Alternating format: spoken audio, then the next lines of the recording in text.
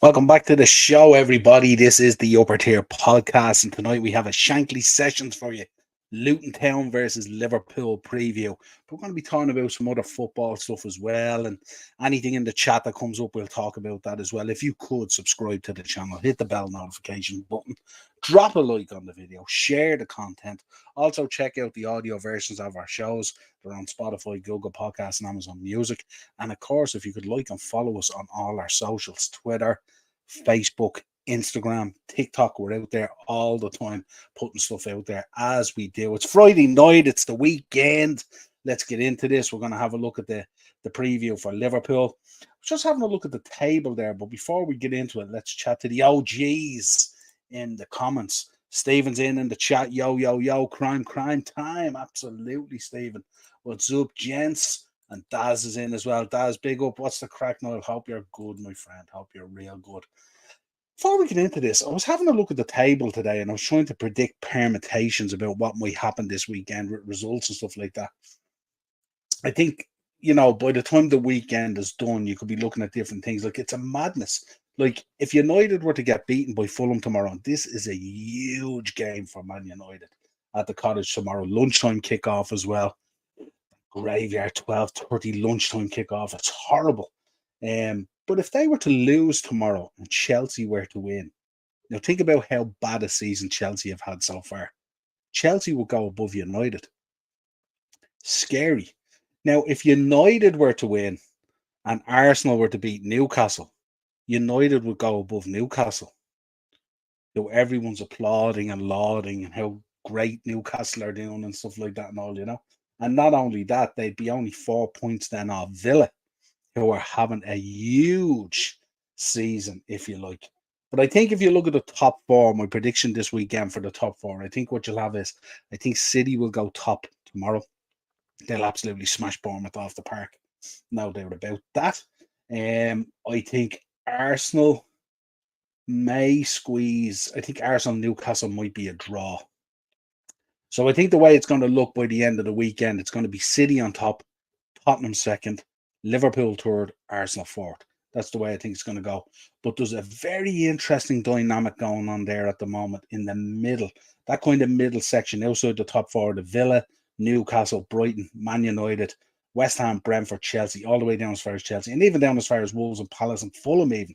So tight and stuff like that. But so, you think about United at the moment and the microscope that they're under at the moment. Like, they're just being analysed on every single thing. Absolute rubbish coming out from the manager and communication coming out and all this kind of thing. They're getting absolutely hammered. But if you think about it, United win tomorrow at lunchtime, they go above Newcastle. Crazy, isn't it? It's crazy how much, fan bases are losing their mind at the moment. And we're 10 games into the season. 10 games. Barely over a quarter of the season done, and people are losing their shit. Keep it steady, keep it whole. John is in. How are you, John? Good to see you, man, on this Friday. Do you think we will get Andre in January? What is your opinion? I hope we do. All the soundings coming out are there. Looks like it could be that there could be some sort of an agreement there. Um, it just depends if someone else comes out of the woodwork, the likes of a City or a Real or a Barca or something like that. We know the draw of the likes of Barcelona and Real Madrid to these South American players and stuff like that. It's the holy grail for them and stuff like that. But I'd love to see the boy come in and stuff like that. Yeah, I think so. Yeah, look, any reinforcement that come in is only going to help you, isn't it? I would like to see a situation where we are looking into that left back situation. I think the left back and potentially maybe centre back could be a priority first. But we are going to give one Jarrell Kwanzaa his flowers later. We have a slide for Jarrell and stuff like that as well. So absolutely class. And we're going to be talking about Luis Diaz as well. Looks like some real positive news coming out of that as well. So fingers crossed on that situation as well. We're just waiting to get confirmation. But for what a crazy situation. I don't know if anyone was following it today, but we'll talk about it a little bit in the show and stuff like that. We're also going to be talking about the joy of Darwin Núñez when like we spoke about it last night with Darren and stuff like that, but they got talking about it again and stuff like that. But we will get into it. Let's get into the show anyway. Well, first of all, I think we'll start with the gaffer's presser. because I think that's really important that we start there as always, because that kind of puts us where we should be. Let's get some more comments first before we get in. But yeah, that's my thoughts, John. Joanne's in. How are you, Joanne? Newcastle will beat Arsenal. Interesting. Joanne, you've no positivity on that team at the moment. No positivity. Got you on my iPad, Jamie on the phone, and Breeders' Cup on TV. Must be like that Gillette Soccer Centre. Remember the sports centre, Daz? Is it in your gaff at the moment? You must have great broadband. Good man. Tony Khan on cocaine live stream during United game. Can you imagine? Aces is Rampage tape tonight as well as SmackDown. I think it is. Is Rampage tape tonight? Or Rampage taped after Dynamite? I'm not too sure. We get lost in it. We are missing Paqueta and Alvarez tomorrow. Interesting. Big losses. Big up Joanne. Stephen's in. We are after breaking Arsenal spirit. Can you imagine? Brian's in. How are you, Noel? All good, Brian. Thanks for joining us tonight, as always. But let's get into the gaffer's comments on the presser. We'll go down and see what he had to say. Certainly an interesting one. Started off on visiting Kenilworth Road. It should be interesting. Absolute madness. I heard about it. I didn't see it yet. I'm sure he did hear about it, didn't he? I didn't see it yet. I made years here, and it's one of the grounds I've never been to before, honestly. I do look forward to it. I see the smile on your face, and it's great. But in the end, we have to get somehow into the dressing room, and I heard it's not massive. This is going to be a wake-up call for Liverpool, isn't it, going here? And you're going to have to love it, isn't it? It's the kind of old-school English division stuff, isn't it? So, like, it's these grounds, they are steeped in history and stuff like that, and people forget that, And look, sometimes we take stuff for granted when we follow a big club like Liverpool and stuff like that, but we have to forget there is other clubs out there that are not just rolling in the millions. Now, obviously, Luton getting promoted, they're rolling in the millions. And I think I read a stat there the other day, they're due to earn about 180 million from being promoted to the Premier League. I think they spend 22 million. So that kind of sums it up, isn't it? That really sums it up after that. So, but we will get changed, and then there's a football game. It's like he's rocking up to the local park for a gig about with the lads or something, isn't it? That's all I need: a pitch, an opponent, and us there. I don't know exactly how many of our fans can go there, but they will for sure take all the available tickets. I'm really looking forward to it. It's exciting, and I love the story. I don't really know, but I don't think anybody expected Luton to get promoted last year. They did an exceptional job there. As far as I'm concerned, and as far as I know, it looks like they are pretty relaxed with the situation. They knew it would be tricky, so they want to get everything out of this season. So that means point by point. Surprise here. Take the points there and try to stay in the league. And that's the team we will face. It will be interesting, but it will be difficult because it's their ground. And if you would be in their shoes, then you would probably think, okay, in our home games, whoever comes, we cannot waste an opportunity. So we will go for it. That's the opponent I expect. Yeah, that kind of sums it up, doesn't it, somewhat? He says on how Liverpool will try to combat Luton. He says it's a football game. We cannot change that. It's important to know before the game as much as you can know it. What he thinks, how they see it, blah, blah, blah. All these kinds of things. But that stops at a specific moment. And then you play a football game. And that means you have to do the necessary stuff. We will probably face a low block. That means we will have to deal with that. We will probably face set pieces with quality. That's why we have to make sure we are ready for that. Probably might face set pieces because they are a strong side, but quality is really, really lacking. All these different things. It's Luton, but it's not the first time we will face a team who will play that way, probably. That's what we have to deal with, and that's what we will prepare the boys for. Really, really important going into the game that you don't have an expectation inside the first 10 minutes and stuff like that, that you have to try and figure out that low block. Don't get frustrated and start moving out of your own game plan and sometimes doing silly things when we get frustrated if it's not quite going our way and start taking shots from crazy places and all that kind of stuff. Stick to the game plan. Do like what we did with Forest last week. Be patient, take your time, open them up, and then take your chances when they come.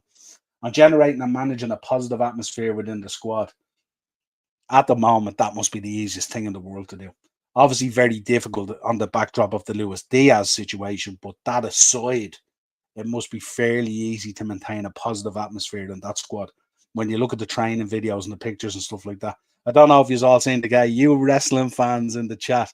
Did you see Harvey today dropping the Macho Man elbow? That video was absolutely quality. Um, that's no problem at all. The boys are all smart. The good thing is we have really only smart players. It's the way he describes this stuff. We only have really smart players. Like, in other words, we don't hire up our players if they're stupid. I mean, that means they understand they cannot play all the games. It's not, I want to play Sunday, Wednesday, Saturday, Tuesday, Thursday. That's just not possible. But everybody sees it that way as well. And that's how a smart footballer should think. And our boys do that. I think that comment might be on the backdrop of the Dominic Szoboszlai comment and stuff like that, where he was talking about players who are comfortable on the bench and stuff like that and all. He was having a little bit of a pop, just a small bit and stuff like that, maybe. That's exactly in that moment. It's the only four: Gakpo, Diogo, Jota, Nunes, and Mo Salah. All of a sudden, but a lot of games still coming. If you see the schedule, okay, now it's 3 games until the international break. But after the international break, it turns completely crazy, the schedule. So it does. So in that time, we have to be ready. And if you want to play a successful season and not only having successful spells, you need the boys through all these different phases. Yeah, great point. Great point. We had a horrible year together in the press conference room where you asked all these horrible questions and stuff like this. Now I realize the questions are much more positive. Everybody is positive about the team. I'm positive about the team, but it's so early. I'm so happy that we have a really good team together, which I like. But look at the other teams. They are really good as well. A lot of really good teams out there, and it's the Premier League. And it's not about celebrating the moment and being relieved that we kind of can play football again, stuff like this.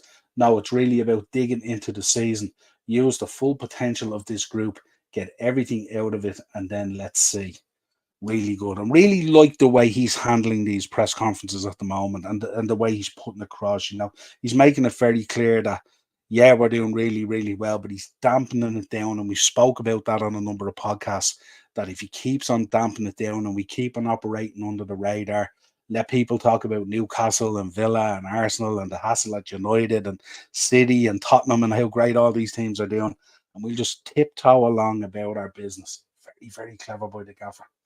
Very clever. Again, it's a press conference. We have to talk about it, and I enjoy much more to talk about positive things. But talking about our front line with all the players, when Ben Doak was actually part of and was not available, then Lucho not available, then Cody before not available. So we have to see, we have to get through this, and with not a lot of injuries or none, that would be the best from now on. Then you are right. We have really the joys, but if not, the boys have just to fight through it, and that's as important as the others. For the moment, it's okay, but we need it like this for pretty much the rest of the season, to be honest. Yeah, talking about the influence of injuries and all that kind of stuff. Really, really good. On Gakpo's different roles and development at the club, tops, he says. Since Cody is here, he played, you are right, a few positions. And now starting the season, he played in midfield. If we have everybody available, it was never the plan to put Cody there. We just knew he can play there, and he can obviously. But it was for him, again, something new after the false 9 last year and all these kinds of things. All of a sudden, always new positions. But he's a super smart player, so he can adapt to that. But we want him to adapt, and then you have to perform immediately on the top level. That was the midfield position, a bit difficult. But with a little bit more time, he can play there perfectly. No doubt about that. He talks then about the injury and all and how unlucky he was, and on whether we are seeing the best of Darwin Núñez like this. Of course not, but it's completely different now. The first year was hard for him and then hard for me as well, because you see this incredible talent, massive potential, but it was difficult to unfold it because I am obviously a manager who can help a player, but I need the contact for that. It can speed up the process by talking a lot with the player. I was not able to do that because I don't speak Spanish and he didn't speak English. His English is now much better and my Spanish is still not. Love it, love it.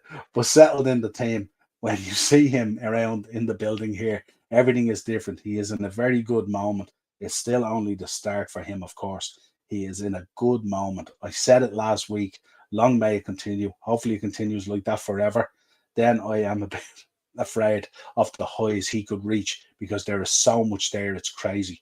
but now at least we found the real starting moment and let's work from here.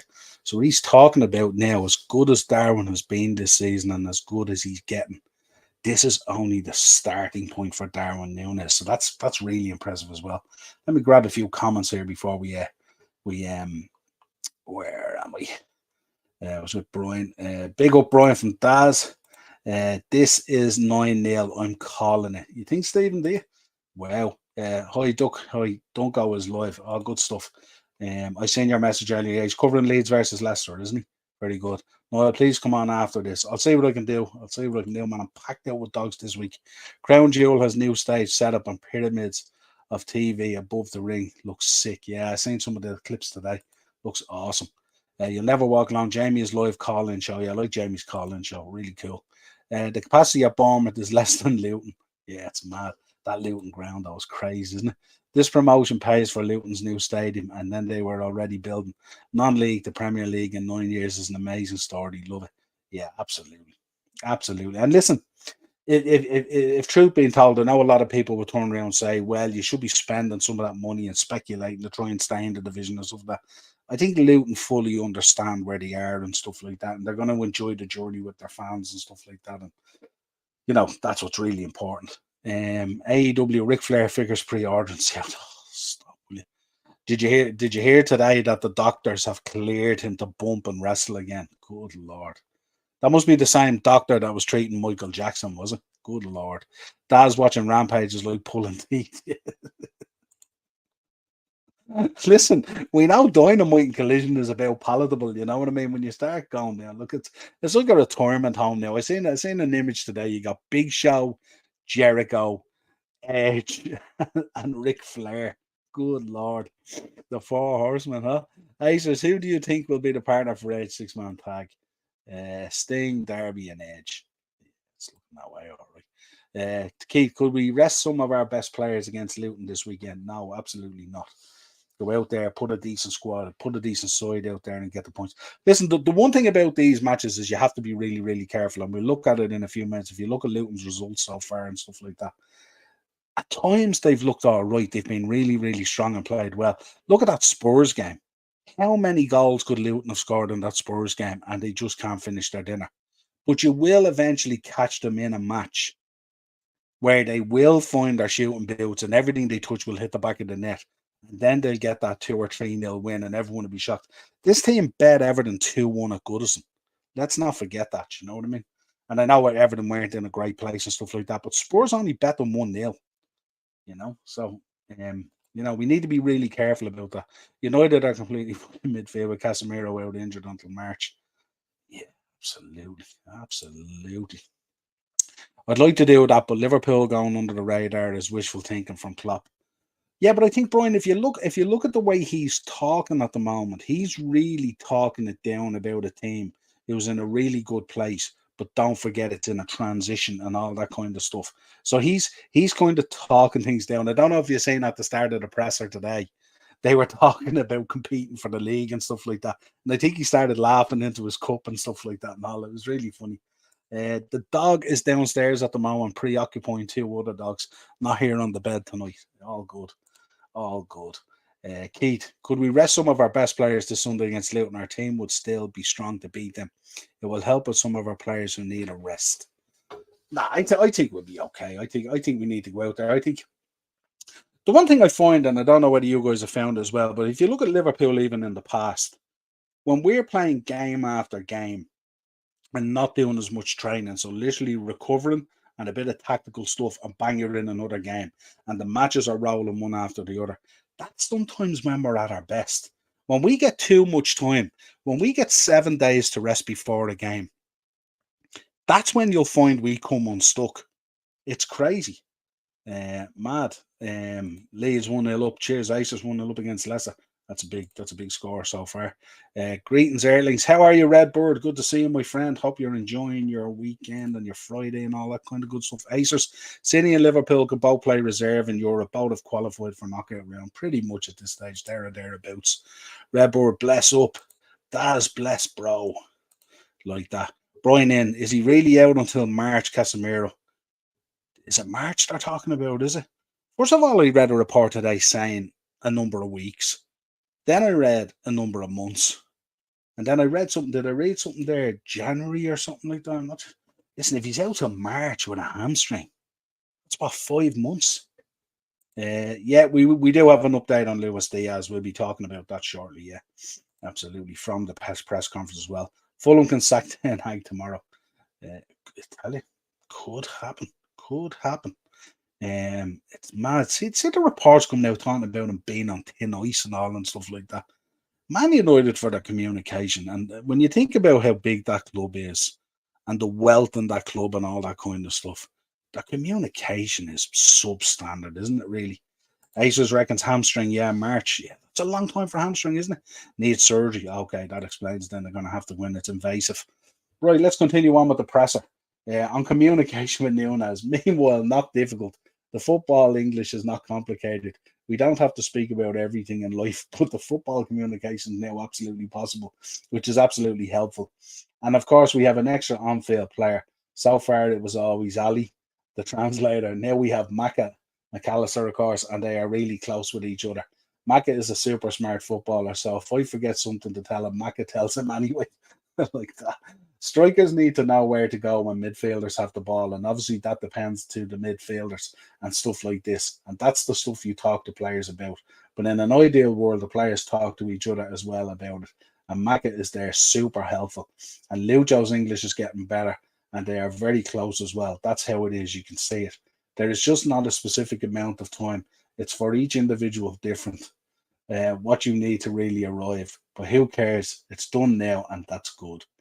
Yeah, so that was mainly his comments. Of course, we did get the update, of course, on Thiago. It's going to be out till the new year, which is, of course, very disappointing to drop the short on this morning. Stefan as well. No time frame on that either, which is a little bit disappointing. So we'll talk about let's talk about Lucho, because I think it's important. So this is bewildering, isn't it? This report that came out, I think it's ELN or something is the name of the crowd or something like that. They're apparently a cartel in Colombia or something like that. But apparently they're the ones that are responsible for Lucho's dad being kidnapped. And apparently the hierarchy in this didn't even realize they had kidnapped his father.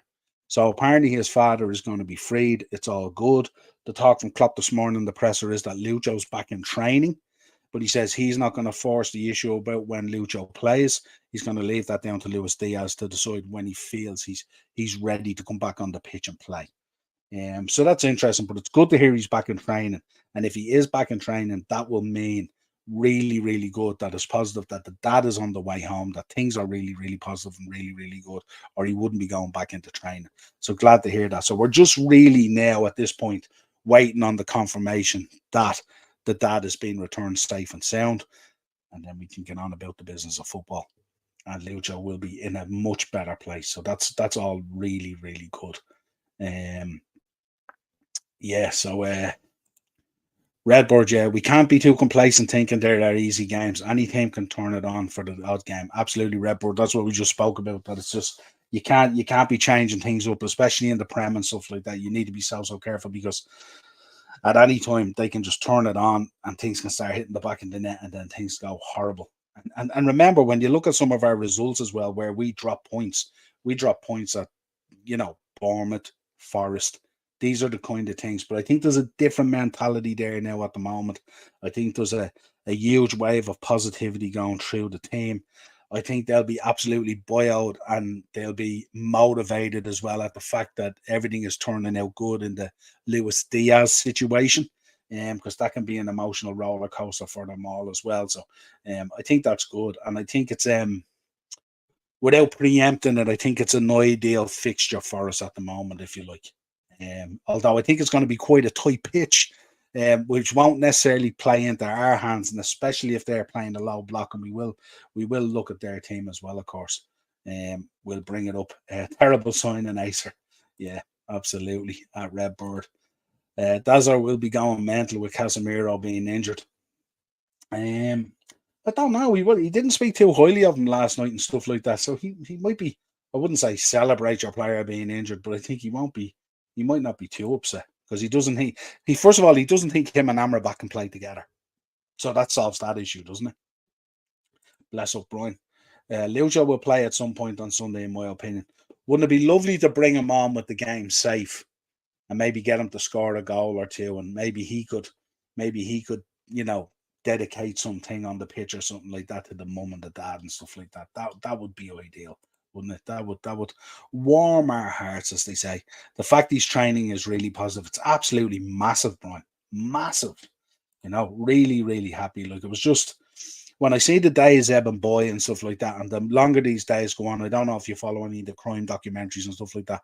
The longer it goes on, the less possibility that it turns out the right way and stuff like that. So I'm really, really delighted at how this is turning out. Diaz family owed drug debts, outstanding payments overdue. Go away out of that, ASUS. Don't be so stupid. Keep those stupid comments to yourself when we're talking about serious stuff. Let's hope it goes down professionally. We've seen these hostage situations go bad quickly before. Yeah, so that's it. We just want them returned safe and sound. But I do think the key thing, Brian, as you said yourself, is if he's back in training, things must be really sorted out. He wouldn't be returning to training if there was still a major issue there. Yeah, right. So let's get out of the presser and let's talk. What are we talking about here, team-wise, folks? I tell you what, before we get into the team and all that kind of stuff, let's talk about this man. This man has been excellent. I think every time he's come in, he's really stood up to the challenge. He's a beast of a player, but his technique is really, really good. He's very, very clever on the ball. His reading of the game is excellent. He's powerful, all those things. I think we have a real player here on our hands in Jarell Quansah, and I think he's doing really, really well. And I think the gaffer is doing an exceptional job in that man's development and stuff like that.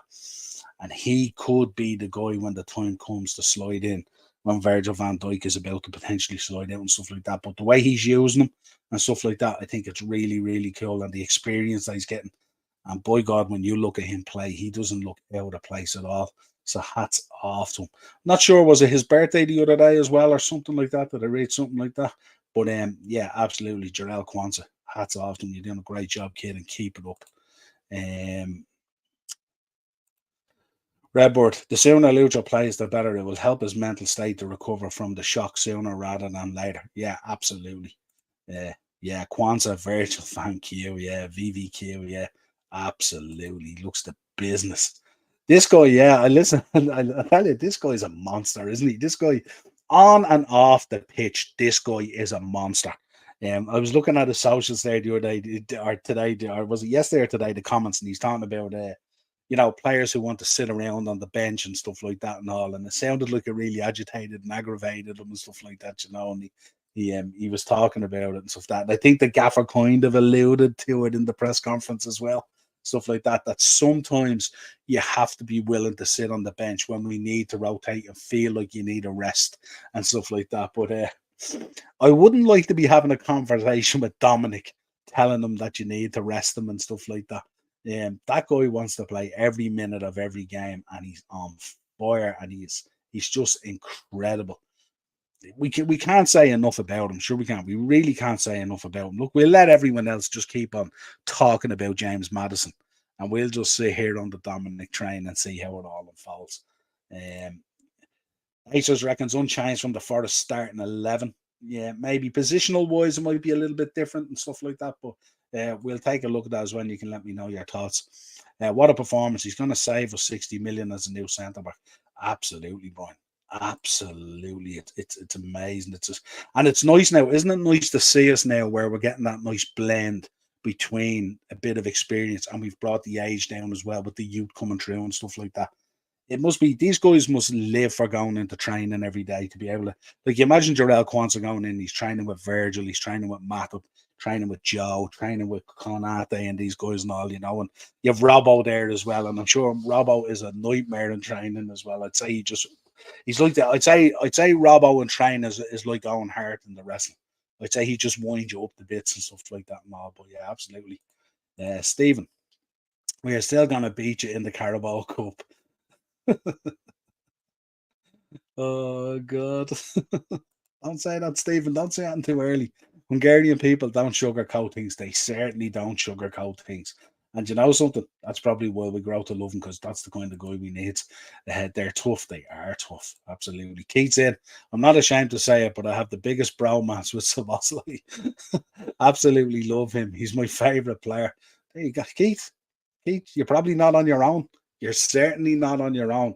But I tell you, when you look at it and you look at it this season, there's a lot to like about most of that team, isn't there?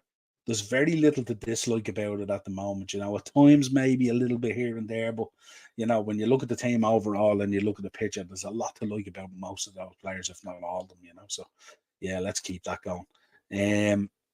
Let's talk about this, man. Well, I just loved it the other night. I loved it when he took that touch and the Bournemouth fans were giving him absolute shit. And he just cuts inside and wallies one into the top corner, didn't he? And it was just class. And just the silence where you could hear a pin drop as the ball went in. When the ball left his foot and the ball went in. I'm not too sure what the keeper was doing. He seemed way off his line. He seemed to dive out from his box rather than dive across his line. And I think with those ones as well, I think what you'll see with top keepers, if that's Ali or Edison or something, that they're probably going in that one-handed way to try and save it. I spoke to Darren about it and stuff like that. I think that's the way to go. But the joy that this guy gets out of playing football and scoring goals, and you can see it in him, there's nearly a childlike way about him and stuff like that. It's just fabulous to watch. I love when he scores. I know I love when all our players score, but I really love when Darwin Núñez scores. I just think there's something magical about it, isn't there? It's because you can see it in his face, like he's nearly having an out of body experience where he's looking at himself nearly, that kind of way. So really, really cool. So I thought I'd mention before we get into it. We got to mention this as well, up for a number of nominations this month. So we got the Gaffer is up, he's nominated. Nominated in good company. It's going to be a tough one to pull that one off, but we'll see what happens. Allison nominated for Save of the Month, the Brighton save, the one where he opened the body up nice and big and stuff like that to make that save, which was crucial for us. And of course, Mo Salah nominated for Player of the Month, and again in very, very good company. Shame for the boy Neto doing the hamstring and stuff like that, but be interesting to see. But there are nominations for this month, so happy days, plenty of nominations there, which means probably doing something right, aren't we?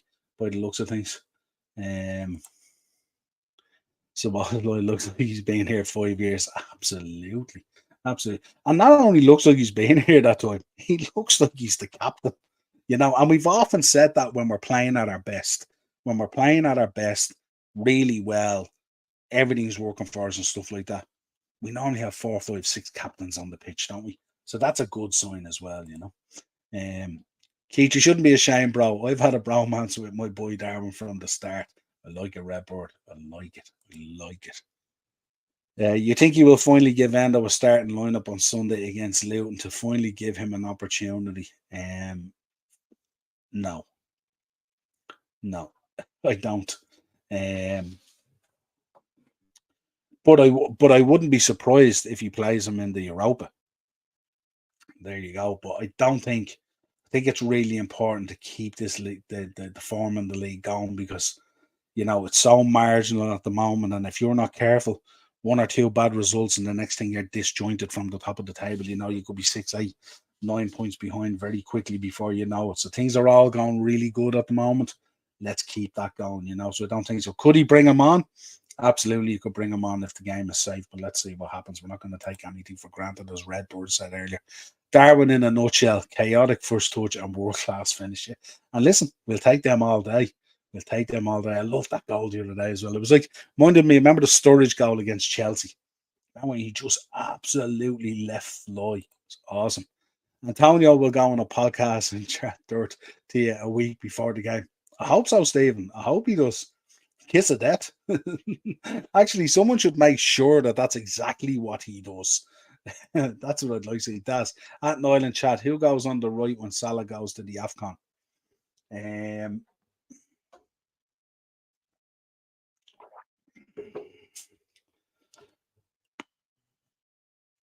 I think Dom's going to go in there. I have a funny feeling Dom's going to go in there, and I don't know how that's going to fare then with our midfield.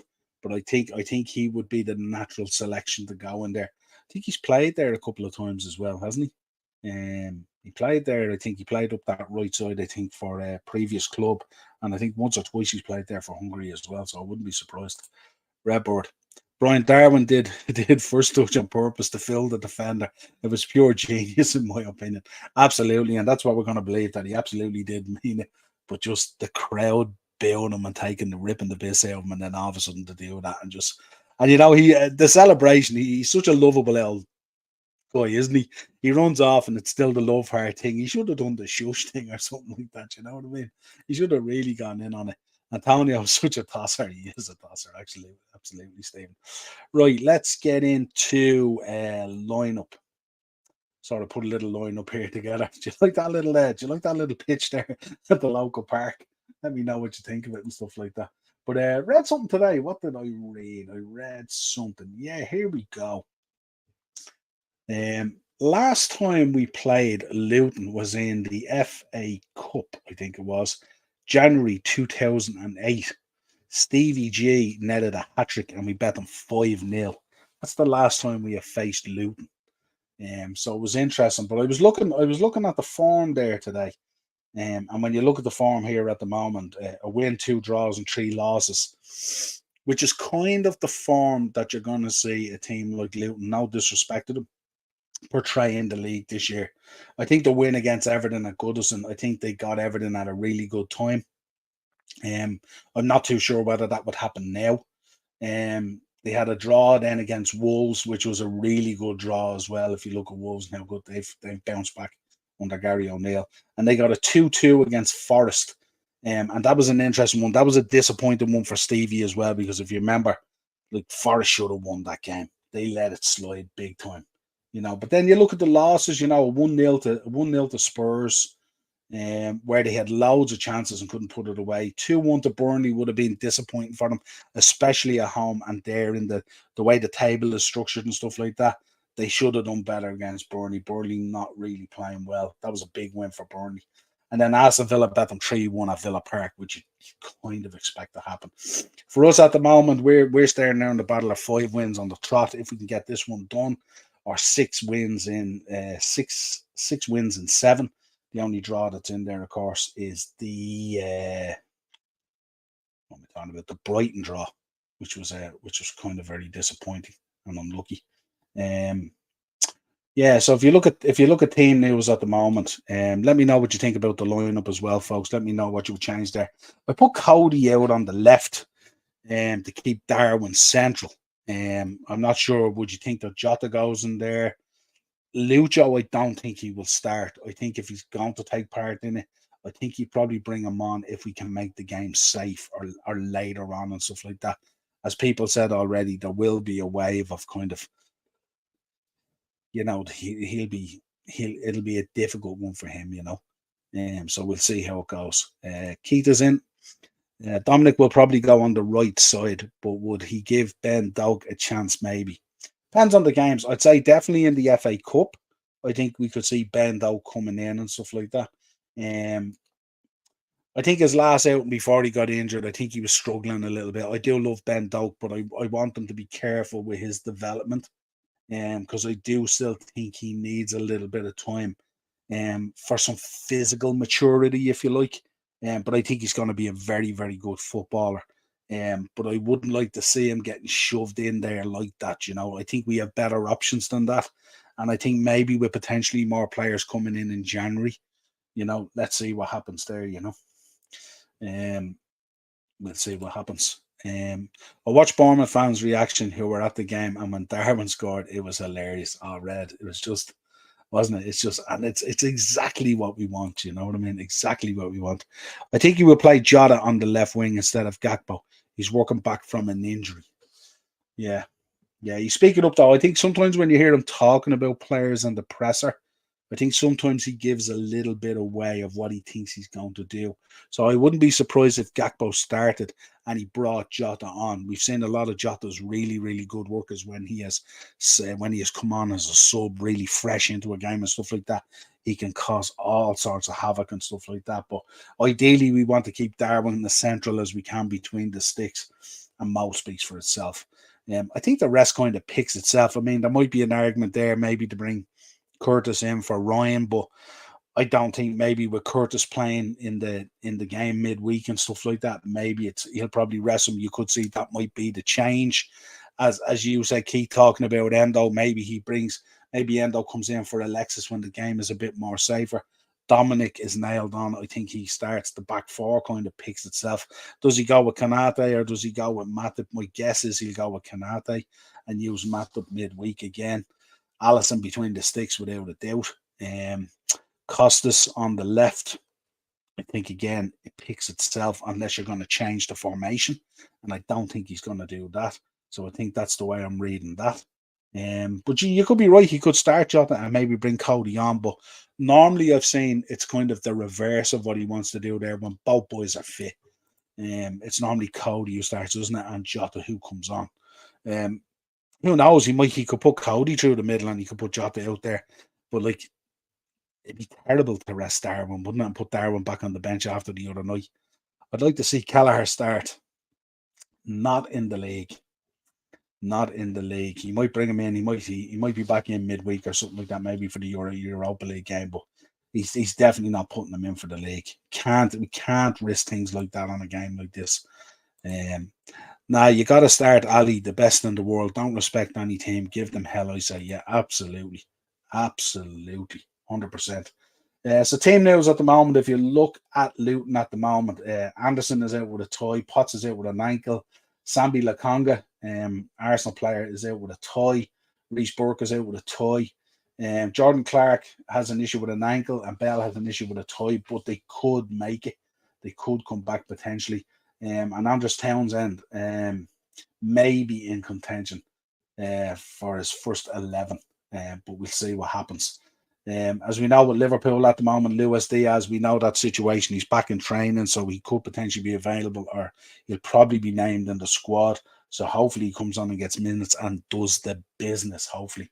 And hopefully by the time that game rolls around on Sunday, the dad is actually back home in the family home, safe and sound. That's what we want to hear. But obviously we know Thiago out till the new year. Stefan, he doesn't have a date either from, which means probably the new year as well. Robbo had the shoulder, so we know what's going on there. Ben Doak has this muscle thing going on as well. I wonder, is that muscle thing, is there an issue with them? Sometimes when they go through these growth spurts, they get horrible muscle stuff and things like that. Maybe that's what's going on with Ben, because I think Ben has the ability to become a physical, like a blocky physical player and stuff like that. And I think he just needs a bit more time, Obviously, these are the decisions that the gaffer has to make. Diogo Jota, Gravenberch, Alexis, Trent, all these kind of things, but they'll be all good. They'll return after the other night and stuff like that. So looking at our starting lineup, I think that's probably what we're going to go with. I think that's a strong, the recommendation here is that they go with Jota.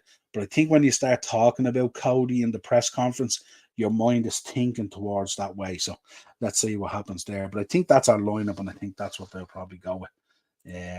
Daz is going with Alisson, Trent, Ebu, Virgil, Costas, Dom, Ryan, Maka, Salah, Nunes, Jota. Yeah, so I mean, it's a flip of a coin. Look, we're not going to be too upset whether it's Cody or whether it's Jota. They'll both do a great job for us, and to have those options on the bench. Imagine we could start a game now on Sunday where we have maybe Luis Diaz and Jota or Cody Gakpo as options on our sub bench. Awesome. That's what we want to hear, isn't it? That is what we want to hear. Let's have a look at the Luton side. The Luton side at the moment are predicting here Kaminsky, Kabore, Osho, Locker, Mengi, Dohi, Nakamba, Barkley, Chong, Morris, and Adebayo. Chong is an interesting one. Chong's the one, remember he injured Salah that time. Remember he went right down the back from him. He's a guy that does a kind of an aggressive nastiness to Chong's play and stuff like that, which may play into our hands if he did play. This is the team that played the other day. So they're talking about I think they should play Ogbene. I think the speed and the power of Ogbene going down that wing could cost us one or two issues potentially. And I think Ogbene would be a better choice there. I think the two boys up front, I think with the best will in the world, are as blunt as be damned. So it's going to take a heck of an opportunity to do anything there. Nakamba, we can say, can do things. Dare I say, at times he can be marvellous. But there you go. Ross Barkley in the middle of the park pulling the strings. We know Ross Barkley's an interesting dynamic there because he can either be amazing or he can be absolute rubbish. So we're hoping he's going to be absolute rubbish. But I think our midfield will seriously overpower their midfield. I think if they go with this with that low block, they're going to be dropping everyone back in there, 5 at the back. And I think Barkley nearly sitting in front of that as well, shadowing it. I think we're going to have a lot of the ball. I think a lot of the ball is going to be in the Luton half. They will try the odd breakaway to gain a set piece or a corner or something like that. And that's where I think the Yeo could be potentially out Benny, because his pace could cause problems if Costas is switched off. We've seen it in previous games where sometimes he can be a little bit switched off in the first 10 or 15 minutes, and that's potentially where teams can get a bit of joy. But I fully expect Trent straight into midfield and stuff like that. But again, I think we don't have to go helter-skelter right from the beginning. I think what we can do is just take our time, mature into the game. Don't be panicking if the goals aren't coming at the time. Try and open them up with our clever passing, clever runs and stuff like that. They will deploy this low block. We've seen in the past how sometimes we can't deal with it. But looking at it last week when we played Forest and stuff like that, there was a certain maturity to our play that worked really much better in that low block situation. I think we've kind of figured out that, we don't need to be smashing shots from 25 yards, getting frustrated because things aren't going our way. Stick to the game plan, movement, pass, try to pull them out of position, stretch the play. Again, going to be difficult on a smaller pitch and stuff like that. But we just have to figure it out, and I'm sure the Gaffer has a plan for it. But that's where I say Barkley could be a bit dangerous if he can run deep from midfield, and we know that he has a peg on him. He can hit a shot. There's no doubt about that. Ogbene's pace can create stuff, so we need to be careful. Nakamba in there as well, big and powerful. But I think looking at that team and looking at our team, we're going to have too much for them, and it's going to be really, really difficult. And I think if we can unhinge it, once we get a goal, I think the door will open. They'll have to try and do something different. But I think they could, in the first 20 minutes, I think they could frustrate us. And I think we just have to show that experience and that maturity to understand that this is who we're out against. It's a low block. We've played against it. We've seen the way Forest tried to do it last week and stuff like that. And make sure that we just play in and around the lines the way we know we can. Where are we? Keith. Can you see Klopp going into the January market? He usually doesn't go in unless we desperately need to get someone. I definitely. I think we're definitely going to go into the January market. I think if you look at what we needed, and if you look, we really needed in the summer a bunch of players, and I think we still need. I think we still need something in centre back in terms of cover. Including the development of Jarrell. I think we definitely need to look at the left back situation. And I mean probably from a starting point of view. I think we need to bring in a real quality left back. Other than that, the talk is we are going to be going in for a defensive midfielder to unleash McAllister. I was reading an article the other day. They want to unleash McAllister into that proper 8 role. And if they can actually get that done, I think Endo coming in, I think he's going to be a rotational player. And I think he probably understands that himself. I liked his interview the other day about settling into Liverpool and all that kind of stuff. But yeah, I wouldn't be surprised if we go out and buy. Now, who do we go for is the next question, but a proper 6. But let's see. And then of course there's talk that that pre-agreement is probably done with your man Andre and stuff like that, but we'll see what happens there. Ian, I was in. What's the crack? All good, my friend. Hope you're well. And Daz, Redboard, Cuddles is in Jamie's chat. There you go. So give us your predictions, guys. What are you going with? What are you going with on this one? Going to be certainly an interesting game. But hopefully one. It's a Super Sunday one as well, which is interesting. And it's good to see that. I like that Sky are putting on a Super Sunday down at Luton's ground and stuff like that. And we're a big team in town that day as well. So it's all really good and stuff like that. But let us know what your predictions are for the game.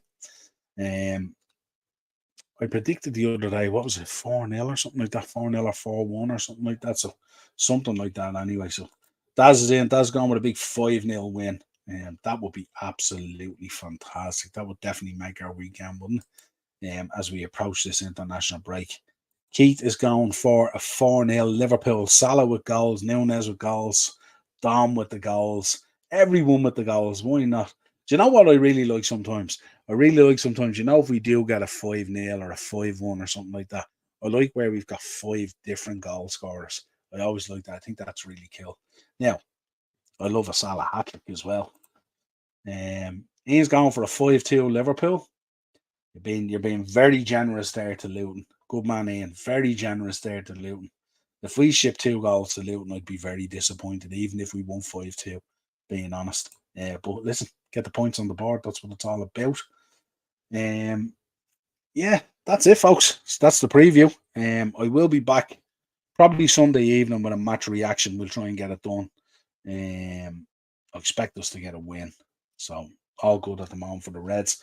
So again, we're hoping that Joanne's going for a 3-0 Liverpool. Like that, Joanne. That's perfect. That's what we want, don't we? We want a comprehensive win. This is what we want for Sunday. We want a comprehensive win. We want a clean sheet. We want Lucho back on the pitch for some minutes at least. And word that his dad is safe at home. That makes our weekend. We don't need anything else. We're not asking for much, are we? We're Liverpool fans. We're not asking for much. That's all we want. Redbirds in, 4-1 the Reds. Nunez hat-trick. How nice would that be? Can you imagine how happy he would be with a hat-trick? Unreal. Unreal. Geraldo, some of you are favouring a goal or two there for Luton. Interesting. We're starting to put a few clean sheets together and stuff like that. So let's see. But as you said, that can happen. We can't take anything for granted. So it's important that. What channel is the Liverpool game on? I presume it's on Sky Sports. It's the Super Sunday. So it's the 4:30 game, isn't it? So it's the Super Sunday. So as far as I know, let me check now. I'll go right up the top here and make sure. Yeah, 4:30. 4:30 Sunday, Super Sunday on Sky. So there you go. That's what we want. Settle into that, and that'll be a nice end to the weekend if we get a nice tidy win there. Folks, have a safe weekend. You'll probably see me tomorrow. I'll be in Warren's chat. Don't forget, check out Warren's team talk and stuff like that. Probably drop a few shorts during the day and put up a few sort of shorts for predictions and all that kind of stuff. There you go. Daz is in Sky Sports, Keith. Where else would they put the great Liverpool? It has to be on Sky Sports. So yeah, you'll see me throughout the weekend, different content going up, all that kind of stuff. I will be back, of course, with the reaction on Sunday evening. Monday, I'll be back. Marky will be back, our resident ref now do. For the Monday mashup, we'll go through all the weekend, whatever unfolds in it. Going to be really interesting. Everyone will have their eyes on that Fulham game at 12:30 tomorrow, won't they? To see what happens there. Massive game for Man United, massive pressure on them to deliver. Let's see what happens there, but it could be interesting. Who knows, as Liverpool fans, we could get off to a real good start tomorrow if Fulham were to get the win, wouldn't we? Until next time, folks, stay safe. Subscribe to the channel, hit the bell notification. Of course, if you're looking for the Liverpool content, it's all on the Shankly sessions and stuff like that. That's where you'll find it. And of course, don't forget to check out our TikToks, our audio shows on Spotify, all that kind of stuff. We're out there, Twitter, Instagram, Facebook, we're everywhere, or X or whatever they call it now. Niall, any tips for the Breeders' Cup tomorrow? Haven't even looked at it, Daz. I couldn't even tell you who's running in it. I have a horse that I took a share out in a horse there about a year ago. And he's due to run soon. I don't know how he's going to do, but I'll let you know if he's running and if there's any interest in him or whether he's going to do that. But the horse is called You'll Never Walk Alone. And that's why I took the share out on him. That's the only reason. He could be an absolute donkey. But if he called You'll Never Walk Alone, you have to take a share out on him, don't you? You think Man U is out of the top 4 race now?